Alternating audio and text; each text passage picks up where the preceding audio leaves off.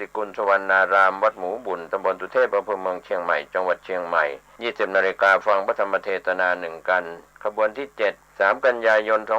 2565ขึ้น8ค่ำเดือน12เหนือเดินทางไปยังวัดหนองเต่าคำตำบลป่าไผ่อำเภอสันทรายจังหวัดเชียงใหม่20 นาฬิกาฟังพระธรรมเทศนา1กันขบวนที่8 10 กันยายน 2565ขึ้น15ค่ำเดือน12เหนือกลับมายังพุทธสถานเชียงใหม่20 นาฬิกาเป็นการจัดงานวันกตัญญูพุทธสมาคมและมูลนิธิพุทธสมาคมเป็นเจ้าภาพขบวนที่9 18 กันยายน 2565แรม8ค่ำเดือน12เหนือรถด่วนไปยังวัดรังกาตำบลฟ้าห้ามอำเภอเมืองเชียงใหม่จังหวัดเชียงใหม่20 นาฬิกาฟังพระธรรมเทศนา1กันขบวนที่10 25 กันยายน 2565แรม15ค่ำเดือน12เหนือเดินทางไปยังวัดอรัญยวาสตำบลบ้านปงอำเภอหางดงจังหวัดเชียงใหม่20 นาฬิกาฟังพระธรรมเทศนา1กันขบวนที่11 3 ตุลาคม 2565ขึ้น8ค่ำเดือนเกียงไปยังวัดสันป่าแดงตำบลต้นเปาอำเภอสันกำแพงจังหวัดเชียงใหม่20 นาฬิกาฟังพระธรรมเทศนา1กันขบวนสุดท้าย10 ตุลาคม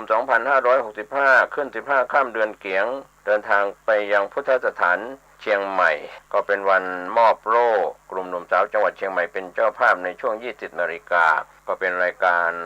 กำหนดการรถด่วนขบวนพิเศษเทศกาลเข้าพรรษาในปี 2565จัดโดยคณะสงฆ์จังหวัดเชียงใหม่องค์กรเครือข่ายชาวพุทธจังหวัดเชียงใหม่โดยมีกลุ่มหนุ่มสาวจังหวัดเชียงใหม่ดำเนินการก็เป็นกำหนดการที่ท่านจะได้ไปร่วมกิจกรรมในส่วนของรถด่วนขบวนพิเศษในปีนี้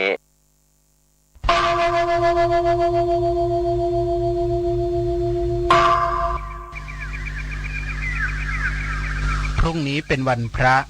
ขอเชิญลดละอบายมุขทำจิตใจให้สงบสะอาด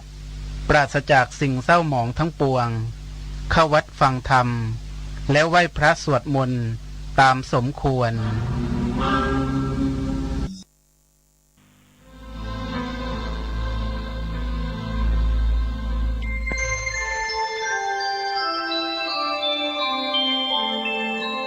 ขณะนี้ท่านกำลังฟังสถานีวิทยุกระจายเสียงคลื่นเพื่อการศึกษาพระพุทธศาสนาและวัฒนธรรมระบบ FM 104.5 เมกะเฮิรตซ์ออกอากาศณวัดฝายหินตำบลสุเทพอำเภอเมืองจังหวัดเชียงใหม่โทรศัพท์053โควิด -19 จางหายไปก็คงจะมีการรวมกลุ่มกันในสถาบันครอบครัวชื่นมื่นได้มากกว่าในช่วง2 ปี 3 ปีมาที่มีท่านกำลังรับฟังสถานีวิทยุสาธารณะจังหวัดเชียงใหม่คลื่นพัฒนาคุณภาพชีวิต FM 92.25 เมกะเฮิรตซ์บริหารและจัดการโดยวัดป่าแดงมหาวิหารส่งกระจายเสียงจากเลขที่71หมู่ที่14บ้านใหม่หลังมอตำบลสุเทพอำเภอเมืองจังหวัดเชียงใหม่รหัสไปรษณีย์50200หมายเลขโทรศัพท์0818815690 0520000636-7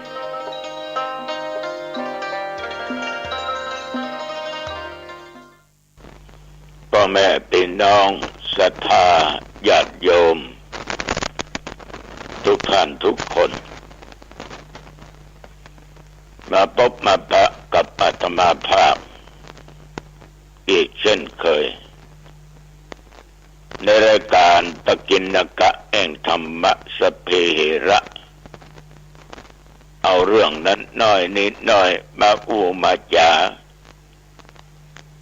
ก็จึงบอกว่าเป็นตะกินกะแห่งธรรมะ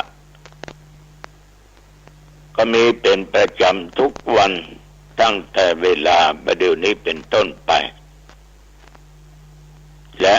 ก็ทางสถานีวิทยุแห่งนี้เมื่อมาพบ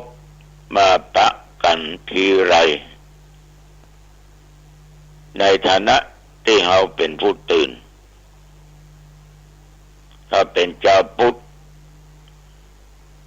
เราจะต้องไหว้พระสวดมนต์ ำสิ่งดีๆให้เกิดมีแก่จิตแก่ใจของเราแล้วจิตใจก็จะสงบเย็นนะเอาละบังเสียเวลาต่อไปนี้เอามาไหว้พระสวดมนต์ฉบับย่อ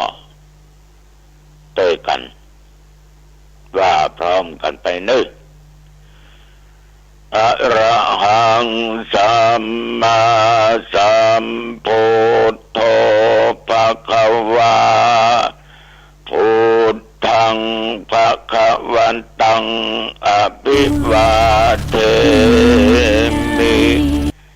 กราบพระพุทธสวากาโตภควตาธัมโมธัมมังนัมมัสสามิกราบพระธรรมสุปฏิปันโนภควโตสาวกสังโฆสังฆังนัมมามิกราบพระสงฆ์ต่อไปกล่าวคำนมัสการพร้อมๆกันไปเด้อนะโมตัสสะภะคะวะโตอะระหะโตสัมมาสัมพุทธัสสะนะโมตัสสะภะคะวะโตอะระหะโตสัมมาสัมพุทธัสสะนะโมตัสสะภะคะวะโตอะระหะโตสัมมาสัมพุทธัสสะพุทธังสารนังคัจฉามิธัมมังสารนังคัจฉามิสังฆังสารนังคัจฉามิ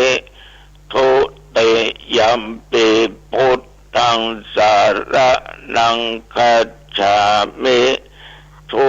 ติยัมปิธัมมังสารนังคัจฉามิทุติยัมปิสังฆังสารนังคัจฉามิตติยัมปิพุทธังสาร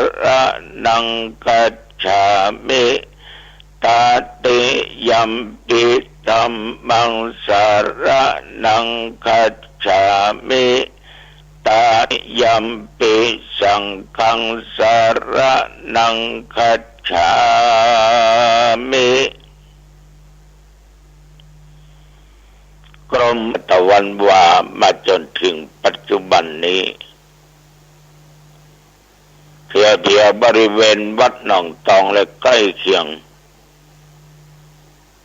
เมื่อวานนี้หลังจากกินข้าวงายเรียบร้อยใกล้จะเที่ยงแล้วแงนขึ้นไปทางบนฟ้ามีกำเมฆแล้วก็แสงแดดนั้นบพดบลอดลงมาตกแน่ตกแน่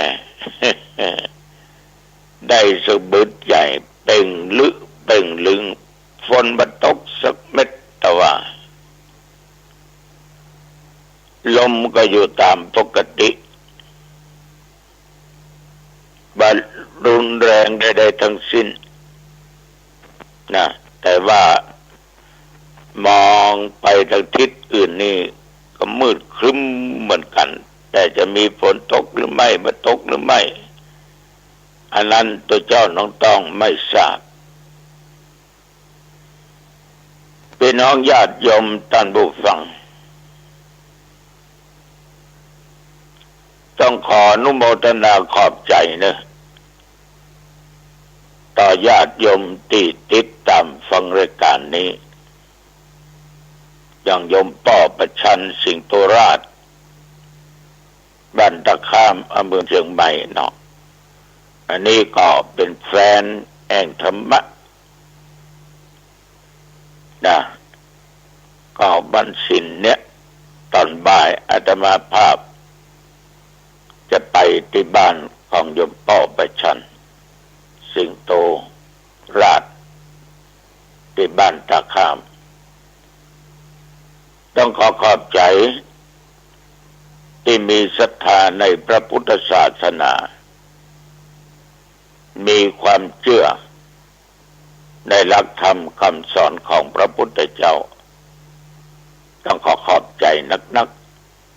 ๆชีวิตคนเฮาในญาติโยม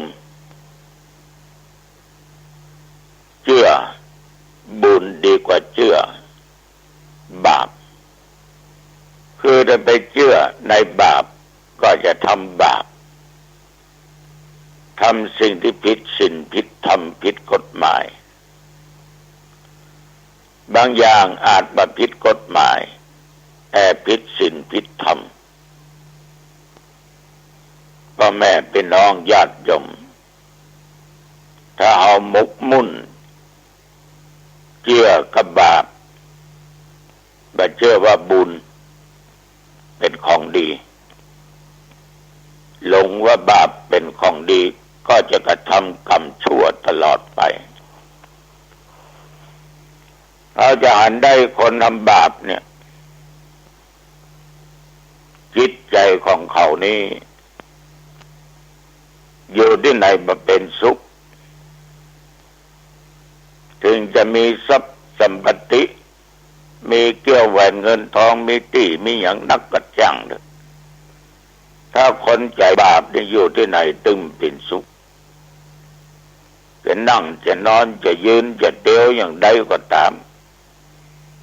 จะซื้ออย่างกินแป้งๆก็ตามคนใจบาปคนทำแต่บาปเนี่ยโยมมองลึกๆแล้วใจเขาเป็นทุกข์ใจเขาเป็นสุขมีแต่ตื่นภาวะอยู่ตลอด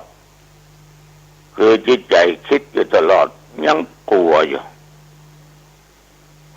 กลัวกรรมในสิ่งที่ตัวเองกระทำในทางบดีมาตอบมาใช้เป็นอย่างน้อยเจออย่างน้อยเขาก็นึกอยู่นะว่านั่นคือบาปกรรมมันก็เลยเป็นทุกข์สู้เฮาทุกคนนะเชื่อบุญว่าคนที่ทำดีนั้นนะมันจะมีแต่ความสุขถึงเฮาบ่ร่ำรวยมั่งมีมหาศาลมันก็เปิ้นแต่เรามีบุญมีดีอยู่ในจิตในใจเรามีความสุขขอบใจต่อญาติต่อโยมในจิตใจมีแต่บุญเมื่อกลุ่มสตรีแม่บ้านอำเภอจัดเดินการกุศลในวันที่31เนี่ยจากจุดหนึ่งมาพร้อมกันที่โรงเรียนสายมุนโยมทั้งหลายการเดินการวิ่งใจเป็นบุญนอกจากเพิ่มพลังเรื่องของสุขภาพในด้านกายด้านใจแล้วเพราะทุกคนนั้นมีจิตเจตนาอันเป็นบุญว่าปัจจัยเงินทองก็ดีที่ได้มาครั้งเนี้ยจะเอาไปสร้างบุญสร้างบารมีโดยส่วนหนึ่งยกบริจาคให้แก่โรงพยาบาลหางดงเพื่อว่าทางเจ้าหน้าที่จะเอาไปใช้ไปสอยซื้อเครื่องมือการแพทย์พ่องยังพ่องก็เพื่อดูแลรักษาอย่างคนเจ็บไข้ได้ป่วยเจ้าบ้านเจ้าจองได้หูได้หันก็เกิดการสรรเสริญ ยกย่องว่าโอ้กลุ่มสตรีแม่บ้านดีได้ร่วมคิดร่วมใจกันบริจาคปัจจัยช่วยเหลือโรงพยาบาลก็เหมือนกับช่วยเหลือญาติพี่น้องของเราเวลาเจ็บไข้ได้ป่วยเข้ารับการพยาบาลสองส่วนหนึ่งก็จะเอาสมทบในการซ่อมบ้านเพื่อแก่ผู้ยากไร้โดยคณะสงฆ์อำเภอหางดงหน่วยงานราชการมีบ้านนายเอกชัยใจหมู่ที่7 ป่าแปดบนหางดงบ้านนายหนึ่งหมู่ที่3 ตำบลหนองทองบ้าน2 หลังประเดี๋ยวนี้ถึงซ่อมถึงสร้างก็ใกล้สำฤทธิ์ผลไปละงานเหลืออีกสักกี่เปอร์เซ็นต์ก็จะเสร็จทางกลุ่มสตรีแม่บ้านก็จัดสรรปันส่วนเอาปัจจัยนั้นมาช่วยสงเคราะห์คือคนที่ลำบากถ้าเป็นคนตะก่อนว่าได้อ้าปากได้กินละได้อยู่ได้อาศัยละก็เตือฝนตกนั่งนอนที่ไหนก็ไม่ได้เพราะมันหัวพอบ้านพอจองก็ทะลุซ้ายทะลุขวาไปไหนมาไหนก็ลำบากแม้แต่ห้องน้ำห้องส้วมเนี่ยมันเป็นการสงเคราะห์เปลื้องทุกข์คนที่มีความทุกข์ได้กับมีความสุขต้องขอบใจต่อทางกลุ่มแม่บ้านอำเภอหางดงทุกหมู่บ้านเป็นอย่างมากญาติโยมทั้งหลาย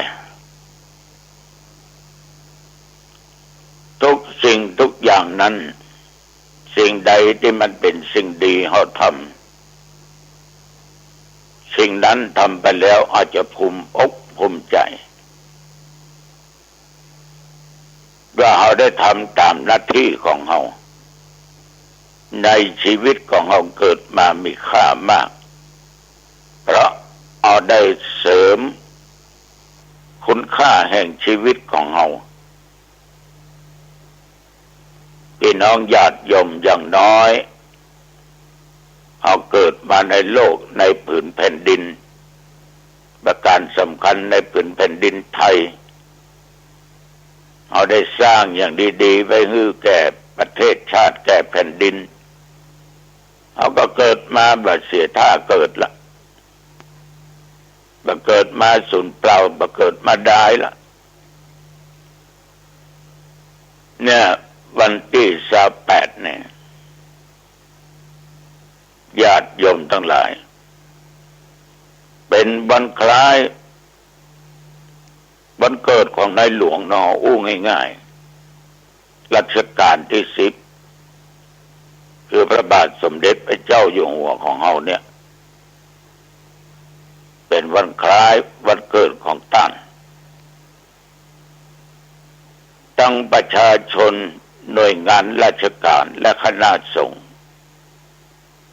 ทุกอำเภอทั่วประเทศต่างก็จะแสดงออกซึ่งความจงรักภักดีกตัญญูกตเวทิตาต่อสถาบันพระมหากษัตริย์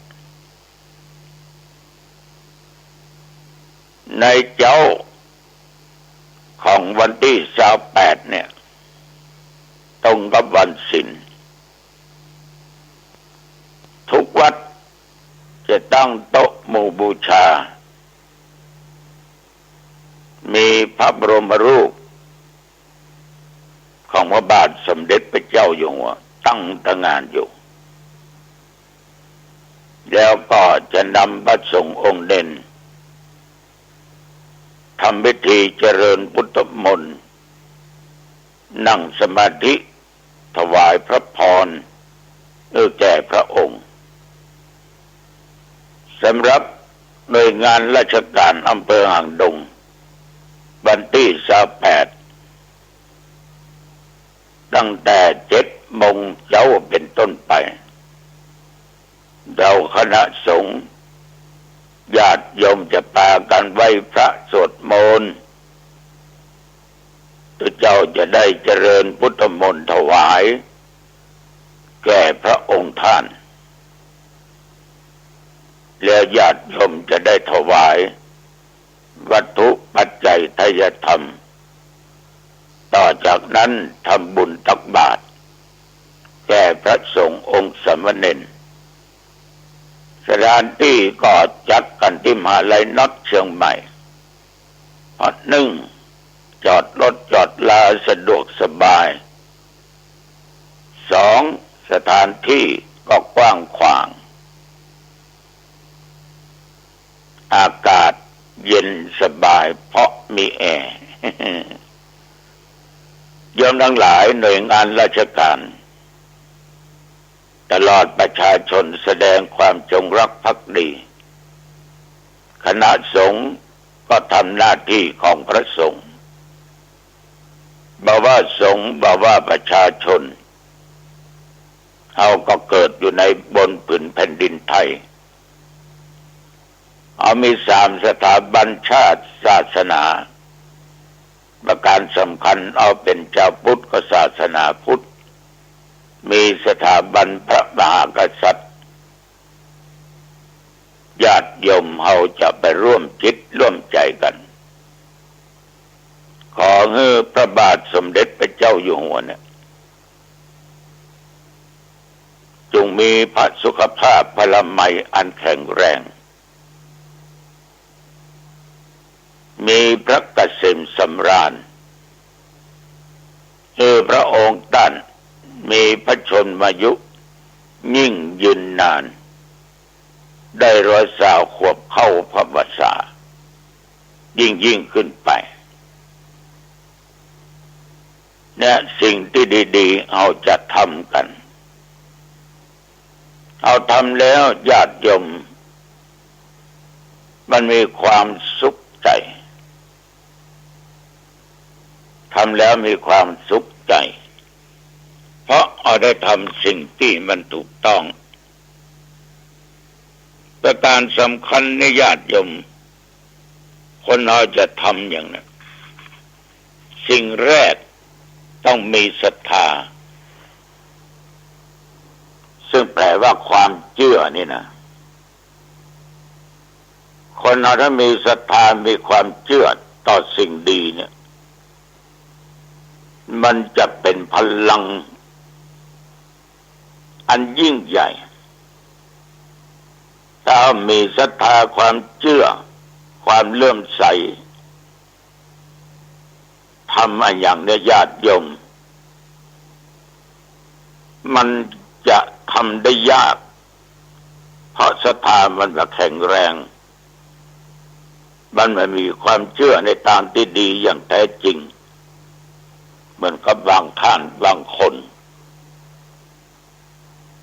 บอกว่ารักษาศีลเนี่ยเป็นสิ่งที่ดีเชื่อบางอันได้อยากขึ้นมารักษาศีล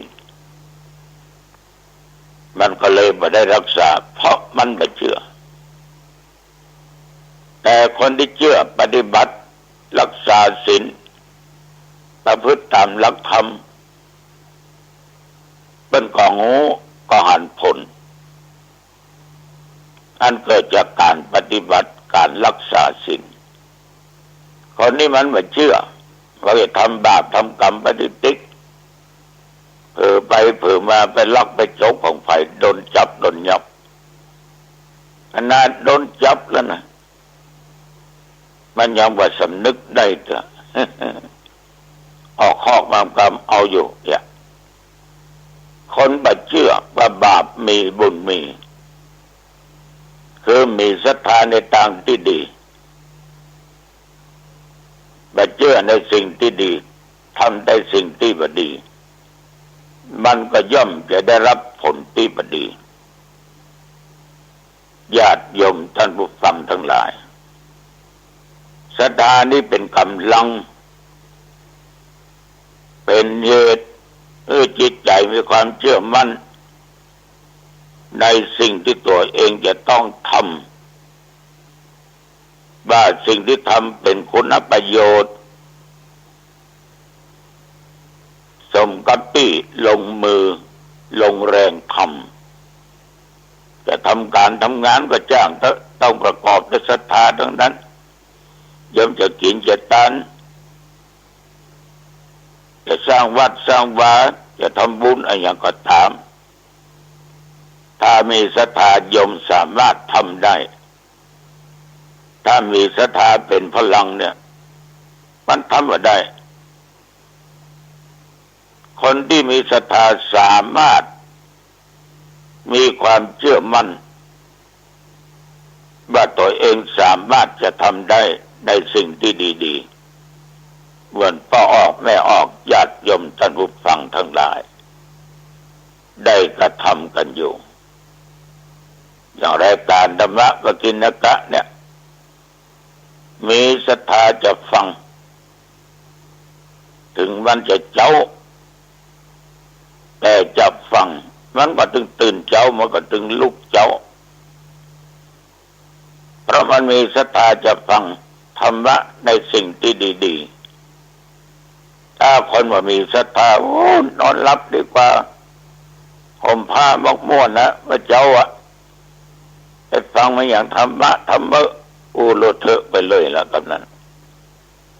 อย่างเป่าออกไม่ออกที่ฟังเนี่ยเพราะมีศรัทธามีความเชื่อว่าฟังแล้วจะได้ข้อคิดจากการฟังจะได้ความรู้จากการฟังจะได้บุญได้ปัญญา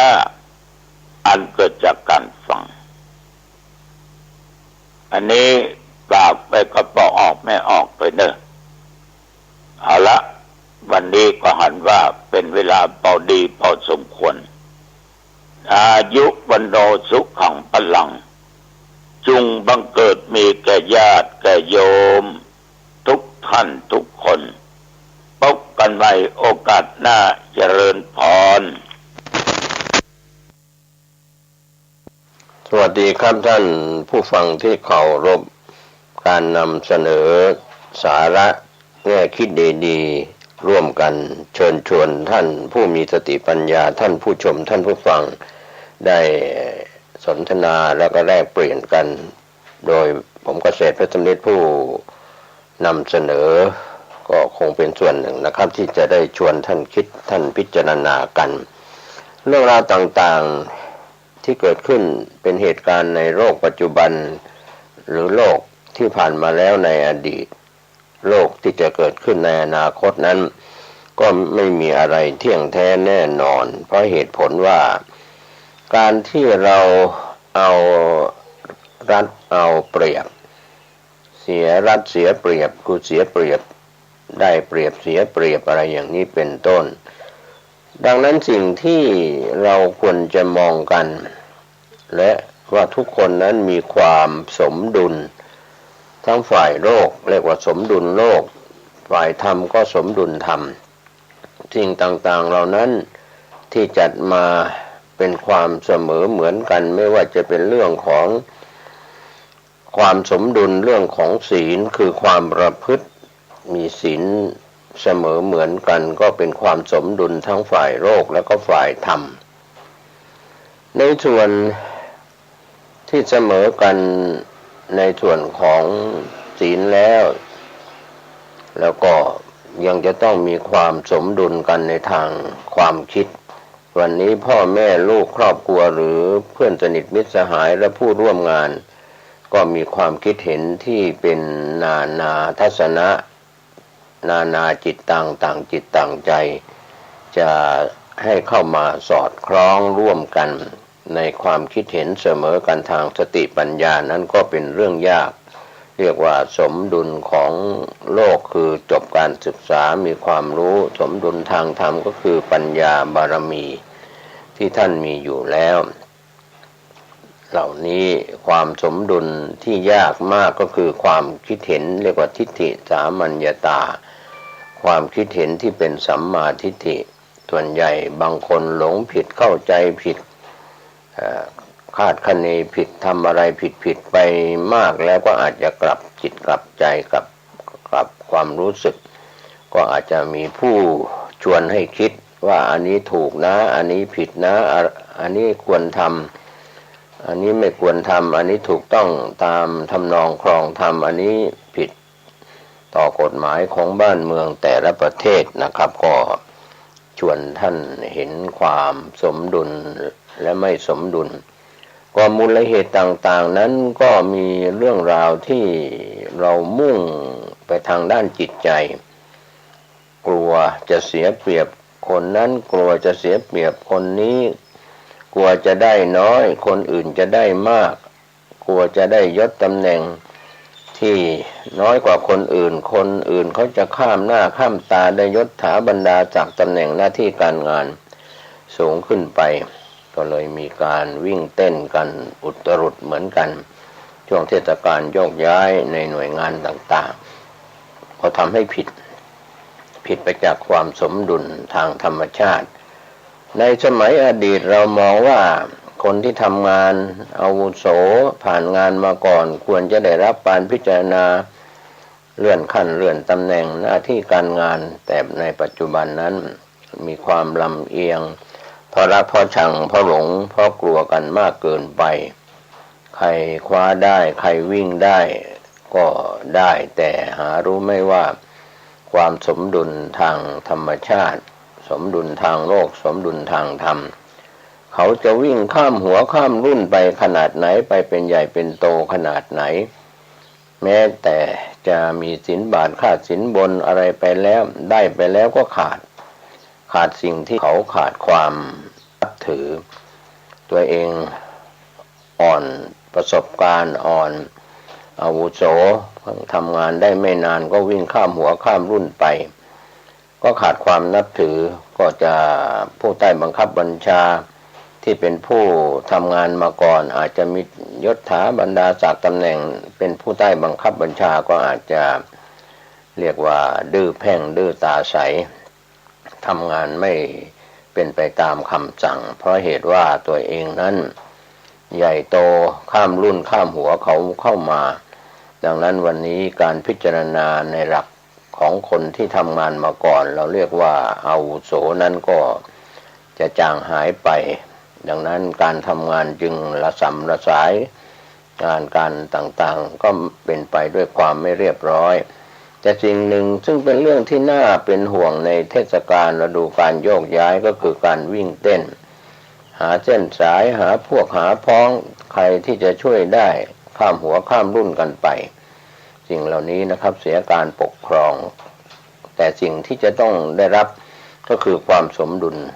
ทางโลกและสมดุลทางธรรมก็เป็นไปตามธรรมชาติคนเราดูต้นไม้ใหญ่ก็อยู่สูงกว่าต้นไม้กลางๆหรือต้นไม้เล็กๆที่เพิ่งเกิดใหม่เราไปดูป่าไม้ธรรมชาตินะครับเขาเรียกว่าอยู่ร่วมกันแบบธรรมชาติไม่มีปัญหาอะไรใครเกิดก่อนก็ถือว่าเป็นผู้มีวัยวุฒิมีอายุมากกว่าก็แสดงความนับถือกันไม่ถึงต้องกราบต้องไหว้อะไรกันแต่ว่าแสดงความนับถือกันทั้งผู้ใหญ่ผู้น้อยทั้งเด็กทั้งผู้ใหญ่แสดงความเคารพกันแสดงความนับถือกันไม่ใช่มือไม้แข็งปากในการแสดงความไม่เคารพไม่นับถืออย่างนี้ก็จะเป็นปัญหาตามมาเรื่องของหายนะความเสื่อมก็ตามมาในเรื่องของการที่ไม่เคารพไม่นับถือซึ่งกันและกันเรื่องที่พูดถึงมันก็เข้ามาในข่ายของเมื่อไม่สมดุลทางโลกไม่สมดุลทางธรรมแล้วก็มาในข่ายของความลำเอียงเพราะรักเพราะชังเพราะหลงเพราะกลัวรักกันมากก็เอียงกันมากชังกันมากก็เอียงกันมากหลงกันมากก็เอียงกันมากกลัวอิทธิพลกลัวอะไรต่างๆเข้ามาก็เอียงมากไปตามนั้นแต่ว่าสิ่งที่เราก็มีความเชื่อมั่นว่า ผู้ที่เรียนรู้ในนิติรัฐเรียนรู้กฎหมายก็พยายามเป็นผู้พิพากษาที่เที่ยงตรงอยู่ในความยุติธรรมฝ่ายเจ้าหน้าที่ของรัฐต่างๆที่เคารพกฎหมายดูแลปฏิบัติตามเงื่อนไขของกฎหมายที่ประชาชนเป็นประชาพิจารณ์ยอมรับกันแล้วก็ปฏิบัติตามกันก็จะปัญหาก็จะลดน้อยลงเรื่องราวต่างๆเหล่านี้เราก็มาพูดถึงกันในยุคอดีตบ้างในสมัยพุทธกาลนั้นแม้แต่สองตระกูลใหญ่มีสักยะวงศ์ตระกูลของพระพุทธเจ้าโกริยวงศ์ตระกูลของฝ่ายอีกฝ่ายหนึ่งนะครับก็มีเรื่องราวที่มีการทะเลาะเบาะแว้งกันในช่วงบั้นปลายของการเสด็จดับขันธปรินิพพานขององค์สมเด็จพระสัมมาสัมพุทธเจ้าที่เราเรียกว่าตั้งพุทธศักราชก็มีเรื่องราวหลังจากพระพุทธองค์ทรงเสด็จดับขันธปรินิพพานใหม่ๆหลังจากการถวายพระเพลิงไปแล้วแบ่งพระบรมสารีริกธาตุไปแล้วให้กับกษัตริย์และ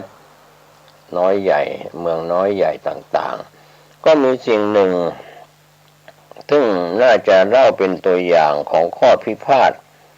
ของสากยวงศ์วงของพระพุทธเจ้าและโกริยวงศ์วงของพระนางสิริมหามายาหรือนางยโสธราซึ่งเป็นโกริยวงศ์ก็มีอยู่การเรียกว่าตั้งหลักแหล่งอยู่สองฝั่งแม่น้ำที่ชื่อว่าแม่น้ำโรฮินีในสมัยอินเดียโบราณสองตระกูลนี้คือสักยวงศ์ตระกูลฝ่ายพระพุทธเจ้าโกริยวงศ์พระนางยโสธราโกริยวงศ์นั้นที่สองฝั่งแม่น้ำโรฮินีนั้นทะเลาะกันเรื่องแย่งน้ำกันเพื่อทำนาพระราชาทั้งสองฝ่ายในสมัยนั้นหลังจากพระพุทธองค์ทรงเสด็จดับขันธปรินิพพานไปแล้วก็ยกพลกันเผชิญหน้ากันคือจะทำสงครามกันก็ในส่วนที่เป็นเหตุการณ์ก่อนที่พระพุทธองค์จะเสด็จดับขันธปรินิพพานพระพุทธองค์ก็ไปเรียกว่าโปรดเรียกว่าไปอยู่ในญาติที่ทะเลาะกันทั้งฝ่ายสักยวงศ์และโกริยวงศ์เรื่องราวเหล่านี้ก็เป็นเรื่องที่ตรัสสอนให้เหล่าญาติทั้งสองฝ่ายไม่ว่าจะเป็นสักยวงศ์หรือโกริยวงศ์นั้นพระพุทธองค์ก่อนที่จะเสด็จดับขันธปรินิพพานมีเหตุการณ์แย่งน้ำเข้านาทำนากันของพระเจ้าแผ่นดินทั้งสองฝ่ายพระพุทธองค์ก็ได้ทรงแสดงเรื่องราวในอดีตภพอดีตการให้ประยุรญาติทั้งฝ่ายว่าเมื่อพระพุทธองค์ทรงทราบว่าเรื่องของตระกูลสองตระกูลก่อนที่พระองค์จะเสด็จดับขันธปรินิพพาน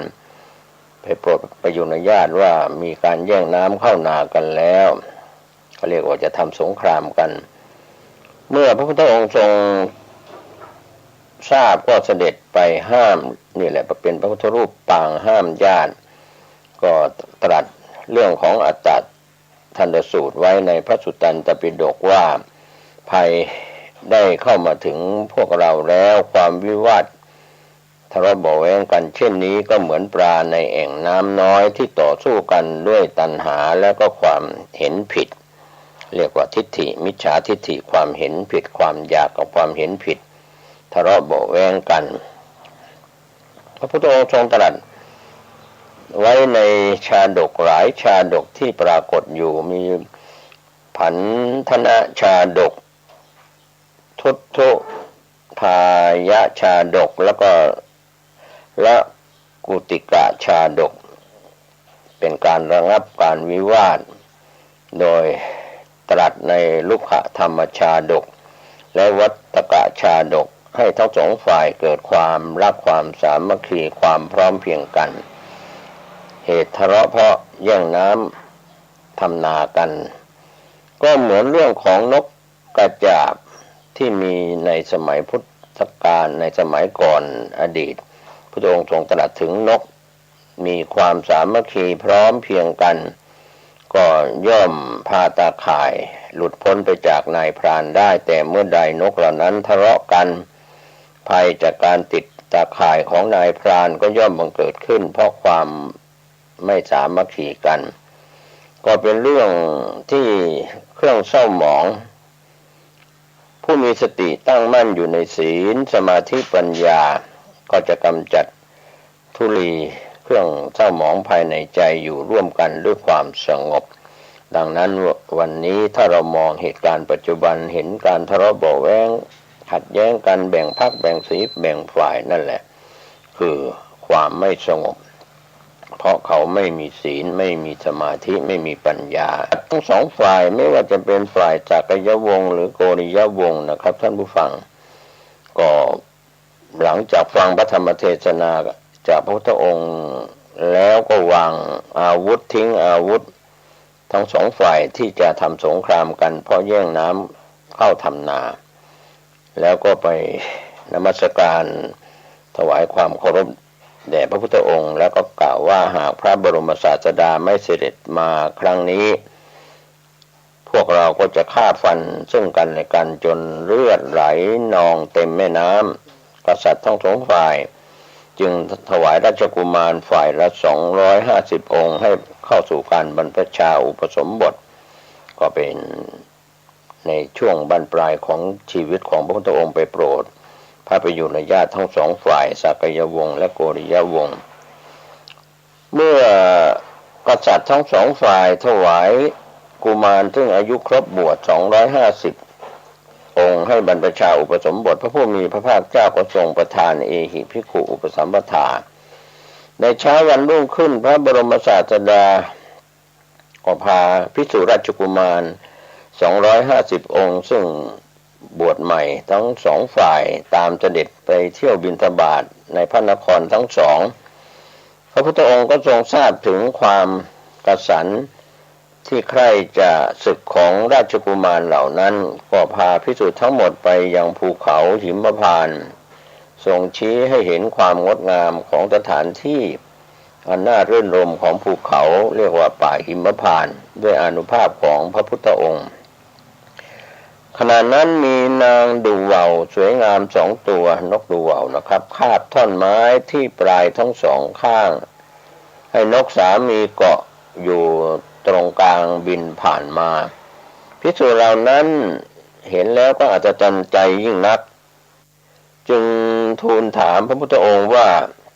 พระพุทธองค์จึงตรัสถึงเหตุการณ์ในกุณารัชชาดกทรงชี้ให้เห็นโทษของมาตุคามเมื่อจบสัจจคถาคำสอนที่เป็นจริงความกสันในหญิงของภิกษุเหล่านั้นก็สงบลงรูปที่บวชก่อนก็ได้บรรลุพระอนาคามีพระสกิทาคามีและพระโสดาบันตามลำดับจากสูงลงมาต่ำและได้สอนในบรรดาภิกษุที่เป็นพระบวชใหม่เหล่านั้นแล้วทำให้บรรดาภิกษุ500รูปไม่มีปุถุชนหรืออรหันต์สักรูปเดียวที่ตามเสด็จนะครับก็มีพระโสดาบันพระสกิทาคาพระอนาคาตามลำดับของอริยบุคคลเบื้องต่ำ3ยกเว้นพระอรหันต์จากนั้นพระพุทธองค์ก็ทรงพาภิกษุเหล่านั้นกลับไปยังป่ามหาวันเพื่อทรงแสดงธรรมแก่ภิกษุเหล่านั้นอีกทั้งหมด500รูปนะครับก็ปรากฏว่าประโยชน์มรรคเบื้องสูงคืออรหัตตมรรคก็เกิดขึ้นกับภิกษุเหล่านั้นที่เจริญวิปัสสนาได้บรรลุพระอรหันต์ในวันนั้นเองนะครับก็เป็นการกล่าวถึงการแสดงโปรดพระประยุรญาติของพระพุทธองค์แม้แต่เทวดาทั้งหลายในสมัยนั้นก็ทราบว่าพระพุทธองค์ประทับอยู่ที่ป่ามหาวันใกล้กับกรุงกบิลพัสพร้อมด้วยภิกษุ500รูปล้วนเป็นพระอรหันต์ใน ช่วงท้ายต่างพากันมาเฝ้าเทวดาก็กล่าวว่าวันนี้เป็นมหาสมัยใหญ่พวกเราจะประชุมกันเพื่อเห็นพระพุทธเจ้าซึ่งพระพุทธองค์เป็นผู้ชนะมารพระพุทธองค์ทรงทอดพระเนตรเห็นเหล่าพรหมและเทวดาทั้งหลายมาประชุมพร้อมกันเช่นนั้นจึงได้ทรงแสดงมหาสมัยสูตรนี้ก็ปรากฏอยู่ในพระสุตตันตปิฎกเมื่อจบการแสดงมหาสมัยสูตรในพระธรรมเทศนากันนี้เทวดาและพรหมทั้งหลายก็ได้บรรลุมรรคผลเป็นอันมากในหมู่มนุษย์ที่จองเวรจองกรรมกันอยู่จะเป็นยุคอดีตยุคปัจจุบันหรือจะมีต่อไปในอนาคตก็ตามนะครับท่านผู้ฟังพวกเราไม่จองเวรใครก็อยู่อย่างสบายจริงหนอคือไม่มีเวร5ประการไม่ฆ่าสัตว์ไม่ลักทรัพย์ไม่เสพกามที่ผิดไม่กล่าวคำเท็จไม่เสพเครื่องดองของเมาและยาเสพติดนี่แหละเรียกว่าไม่มีเวรไม่จองเวรไม่อาฆาตก็อยู่สบายไม่ต้องเดือดร้อนไม่ต้องมีรั้วรอบขอบชิดบ้านก็ไม่ต้องมีรั้วรอบขอบชิดเพราะไม่มีเวรภัยเพราะเราไม่เคยไปฆ่าใครใครก็ไม่มาฆ่าเราเบียดเบียนเราไม่เคยไปลักขโมยของใครใครก็มาลักขโมยของเราไม่ได้เสพกามผิดก็เช่นเดียวกันเราอยู่มีความซื่อสัตย์ต่อหญิงต่อชายที่เป็นคู่ครองของเราก็ไม่มีใครมาแย่งสามีแย่งภรรยาที่เป็นการผิดศีลข้อที่3คำเท็จก็เช่นเดียวกันเราไม่เคยโกหกหลอกลวงใครใครก็ไม่มาโกหกหลอกลวงเราไม่ดื่มเครื่องดองของเมาและเสพยาเสพติดเราก็มีสติปัญญาสมบูรณ์บริบูรณ์ไม่บ้าใบ้บอดหนวกไม่เป็นพิกลพิการไม่เป็นกระเทยไม่เป็นนปุงสกลินมีเพศ2เพศหรือเป็นเรียกว่าไม่ปกติเรียกว่าตระกูลที่ชายก็ไม่ใช่หญิงก็ไม่ใช่นั่นแหละครับเพราะว่ามีบาปกรรมจากการทำผิดศีลข้อที่3ก็เรียกว่าไม่สมบูรณ์ดังนั้นถ้าหมู่มนุษย์นั้นเต็มไปด้วยเป็นผู้มีเวรข้อ5ประการขยายไปก็เลยกลายเป็นเวร500ขยายไปพวกเราอยู่อย่างเรียกว่าปราศจากเวรก็คือมีศีล5สมบูรณ์บริบูรณ์นะครับท่านผู้ฟังนี่ก็เป็นเรื่องราวที่พระพุทธองค์ได้เสด็จไปโปรดพระประยุรญาติเป็นข้อพิพาททั้ง2ตระกูลคือสักยวงศ์และก็โกริยวงศ์เรียกว่าสงเคราะห์ญาติเรียกว่าญาติพีก็ใช่2ฝั่งแม่น้ำโรฮินีในสมัยนั้นก็อยู่คนละฝั่งญาติสักยวงศ์ญาติโกริยวงศ์ทั้งฝ่ายพระพุทธองค์และฝ่ายพระนางยโสธรานะครับเหตุไม่น่าเป็นเหตุก็คือเรื่องของการแย่งน้ำเพื่อทำนาเพราะสมัยก่อนนั้นการปลูกข้าวต้องใช้น้ำตามธรรมชาติ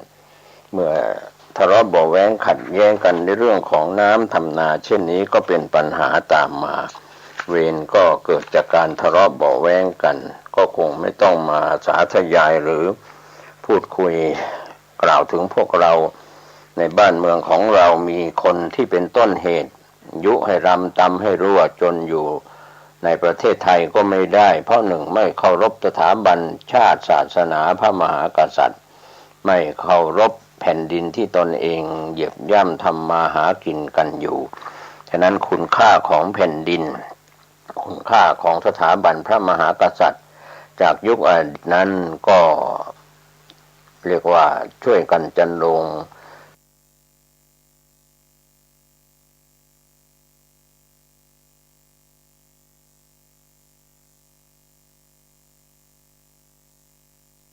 สืบต่ออายุพระพุทธศาสนาเมื่อพระมหากษัตริย์ทรงเป็นศาสนูธรรมภกยอยกพระพุทธศาสนาแผ่นดินทั่วราที่พระองค์ทรงเป็นใหญ่ครอบครองอยู่ก็ถือว่าเป็นแผ่นดินเรียกว่าแผ่นดินทั้งแผ่นดินธรรมทั้งแผ่นดินทองที่ปรากฏเราได้เห็นว่าประเทศไทยของเราที่มีนักปราชญ์ราชบัณฑิต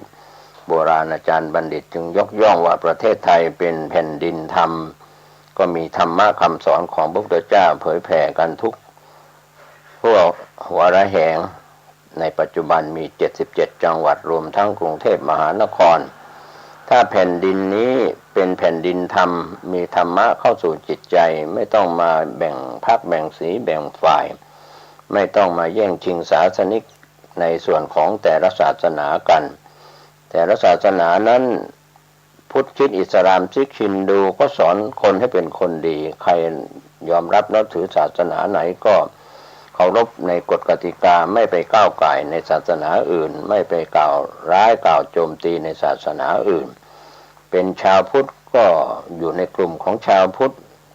เป็นชาวคริสต์ก็อยู่ในกลุ่มของชาวคริสต์เป็นกลุ่มของชาวมุสลิมก็อยู่ในกลุ่มของชาวมุสลิมเป็นกลุ่มของชาวซิกชาวฮินดูก็แล้วแต่นะครับที่ในศาสนาต่างๆมีมากมายเราต้องให้เกียรติให้ความเคารพซึ่งกันและกันถ้าเราไปกล่าวร้ายกล่าวโจมตีกันก็ทะเลาะเบาะแว้งกันไม่มีที่สิ้นสุดเหมือนกษัตริย์ที่พระองค์ทรงไปโปรดญาติทั้งสากยวงศ์และโกริยวงศ์แย่งกันเพราะเรื่องน้ำที่จะไปใช้ทำเกษตรกรรมคือทำนาแต่การที่พระองค์ทรงโปรดแสดงธรรมเป็นแผ่นดินธรรมแล้วก็เป็นแผ่นดินทองก็คือเป็นแผ่นดินที่เป็นทั้งมีทั้งศีลและธรรมแล้วก็เคารพซึ่งกันและกันไม่ทะเลาะเบาะแว้งกันก็แบ่งน้ำกันไปเพื่อทำเกษตรกรรมและเคารพในธรรมคำสอน ขององค์สมเด็จพระสัมมาสัมพุทธเจ้าเช่นนี้นะครับท่านผู้ฟังก็กลายเป็นแผ่นดินธรรมแผ่นดินทองจากยุคอินเดียโบราณที่พระองค์ทรงตรัสรู้พระอนุตตรสัมมาสัมโพธิญาณนะครับในช่วงประกาศพระพุทธศาสนา45ปียาวนานมากนะครับในองค์โคตมะสักยมุนีของพระพุทธเจ้าในภัตตกัปนี้มีเป็นองค์ที่4แล้วเหลืออีกหนึ่งพระองค์ก็คือพระศรีอริยเมตไตรพระศรีอานกับนี้ถือว่าเป็นบุญของแผ่นดินธรรมเป็นบุญของแผ่นดินทองที่จะมีพระพุทธเจ้ามาบังเกิดขึ้นในโลกนี้ทำให้โลกทั้ง3กามโลกรูปโลกอรูปโลกสว่างไสวไปด้วยธรรมะคำสอนที่เป็นเรื่องของศีลสมาธิปัญญาดังนั้นความเสื่อมคลายทางด้านศีลธรรมศาสนานั้นไม่ใช่เสื่อมคลายที่คนอื่นแต่เสื่อมคลายจากตัวของเราเองตัวของท่านเองอย่าไปโทษพ่อไปโทษแม่โทษปู่ย่าตายายพ่ออุ้ยแม่อุ้ยลุงป้าน้าอาญาติพี่น้องอย่าไปโทษเพื่อนสนิทมิตรสหายว่าไม่พาตัวท่านไปวัดท่านนั่นแหละต้องวัดกายวัดใจของท่านว่าท่านมีศีลหรือยังสมาธิหรือยังปัญญาหรือยังพูดดีหรือยังทำดีหรือยังคิดดีหรือยังอย่างนี้เป็นต้นวัดกายวัดใจคำว่าวัดตัวนี้ก็คือวอแหวนไม่หันอากาศดอเด็กวัดก็คือวัดกายอันยาว1 วากว้าง1 ศอกหนา1 คืบส่วนใหญ่เราก็มองไม่เห็นความผิดของตนเองเท่าไหร่นะครับท่านผู้ฟังเรามองลืมตาออกไปก็ไปเห็นความถูกความผิดความดีความชังของคนอื่นทำไม่ดีอย่างนั้นทำดีอย่างนี้เห็นแต่คนอื่นไม่ได้มองว่าตนเองวันหนึ่งทำดีอะไรให้ทานหรือยังรักษาศีลหรือยังภาวนาหรือยังพูดดีหรือยังคิดดีหรือยังทำดีหรือยังอะไรอย่างนี้เป็นต้นไม่ว่าจะเป็นเทศกาลเข้าพรรษาออกพรรษาเดือนจีปีใหม่365วันเราก็มี1 ปีเราก็มีวันเท่ากัน365วันแล้วก็มีเดือนเท่ากัน12 เดือนเท่ากันแล้วก็มีรอบวัน24 ชั่วโมงเท่ากันแล้วเราจะไปทะเลาะเบาะแว้งขัดแย้งกันไปทำไมกลับมามองดูตัวเราเองสนใจเรื่องของตัวเองให้มากๆอย่าได้สนใจเรื่องของคนอื่นในโลกยุคโซเชียลมีเดียทั้งหลายเราก็ไปวุ่นวายกับเรื่องของคนอื่นพูดคนอื่นเขียนไว้คนอื่นแสดงภาพไว้คนอื่นทะเลาะเบาะแว้งกันข่าวสาร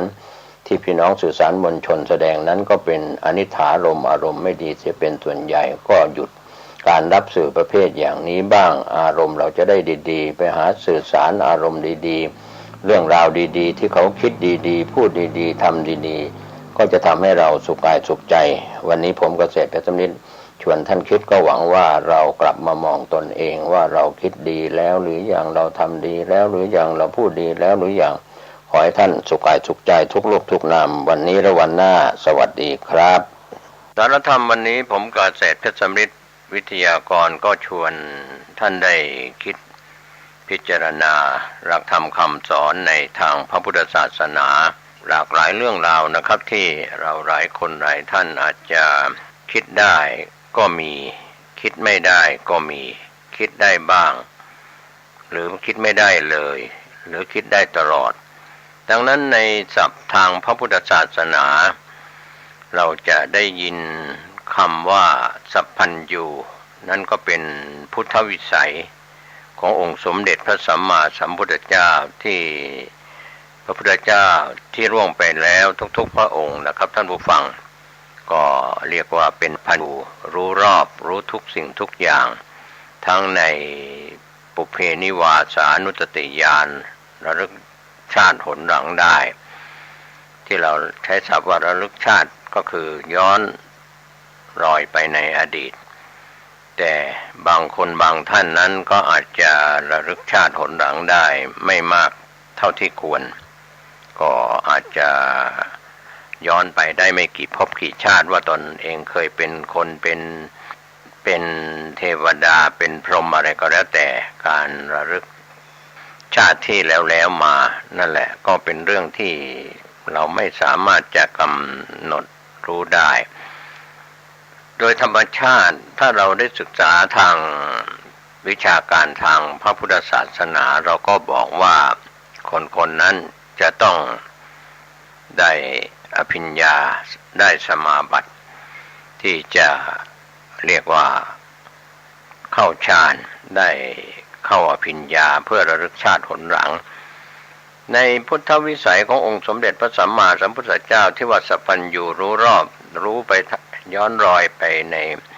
อดีตชาติแล้วก็ในส่วนปรจิตตวิชานนะลักขณังก็คือรู้วาระจิตของคนและสัตว์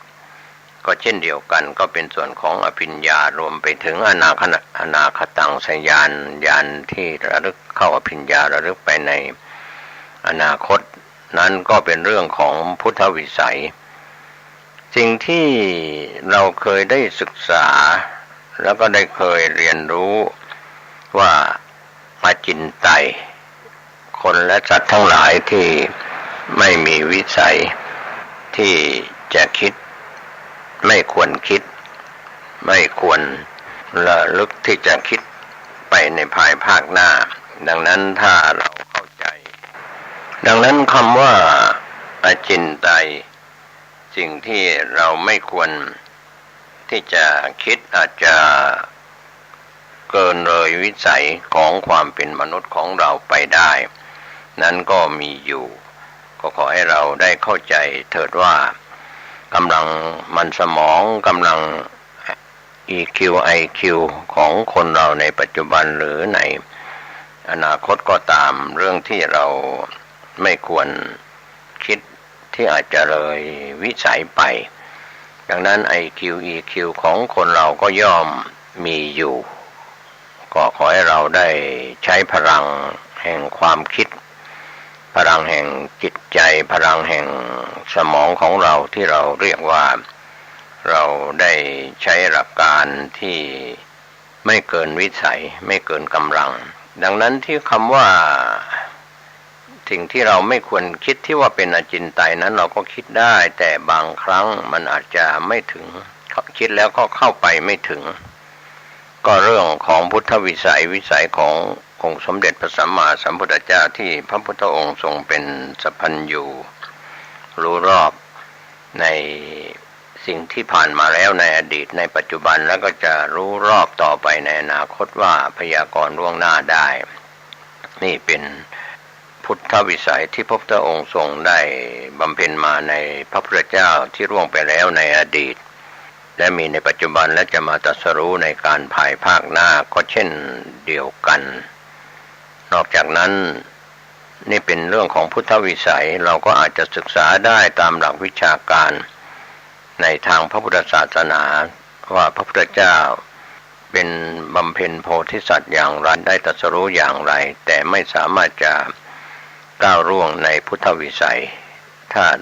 ในยุคของพระโพธิสัตว์ที่ได้ตรัสรู้พระอนุตตรสัมมาสัมโพธิญาณแล้วก็จะได้บรรลุวิสัยที่ควรจะรู้ควรจะเข้าใจนั้นก็จะเกิดขึ้นมีขึ้นอยู่ตลอดในส่วนของสัพพัญญูรู้รอบอันนี้เรียกว่าอจินไตยข้อแรกที่เราไม่ควรจะไปคิดไปนึกก็ด้วยข้อคำว่าอจินไตยนั่นเป็นบทปฏิเสธอจินไตยก็คือเป็นสิ่งที่ไม่ควรคิดแล้วก็เป็น